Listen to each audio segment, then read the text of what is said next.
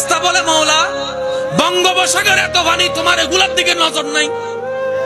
প্রশান্ত মহাসাগরে এত পানি, আটলান্টিক মহাসাগরে এত পানি, ওদিকে তোমার নজর নাই? ওদিকে একটা ফেরির ভিতরে, গ্রাম একটার ভিতরে যাই নামাজে বৈশা একটা মানুষ কান্না করে, এক ফোঁটা পানি পরে কলের থেকে পানি ওয়াসার পানির মতো। তুমি ওদিকে তাকায় আছো, ব্যাপার কি?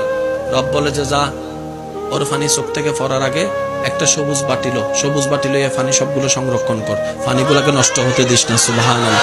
এবার ফেরেশতা সেই পানিগুলাকে সংরক্ষণ করে রবের দরবারে জিজ্ঞেস করে, ইয়া রব্বুল আলামিন, এই চোখের পানিগুলা কোথায় নিয়ে যাব? রব্বে করিম বলে, জান্নাতের মধ্যে নিয়ে রাখে যাও, জান্নাতের মধ্যে গিয়ে রেখে দাও, জান্নাতের মধ্যে গিয়ে রেখে যাও। যেদিন আপনি জান্নাতে যাবেন সেদিন আপনার চোখের পানিটা আপনাকে ফেরত দেওয়া হবে। আপনি অবাক হয়ে বলবেন, আমি বন্ধুর জন্য কান্না করেছি, কারো কোনো মনে নাই, বান্ধবীর জন্য কান্না করেছি, সেটা কখনো স্মরণ রাখা হয় নাই, আমি মেয়ে তো গণজন করেছি কান্না, কেউ তো আমার স্মরণ রাখে নাই। মওলা তোমার জন্য জীবনে 1-2 বার কান্না করেছি, সেই পানিটাও তুমি সংরক্ষণ করে রেখে দিয়েছো। সুবহানাল্লাহ।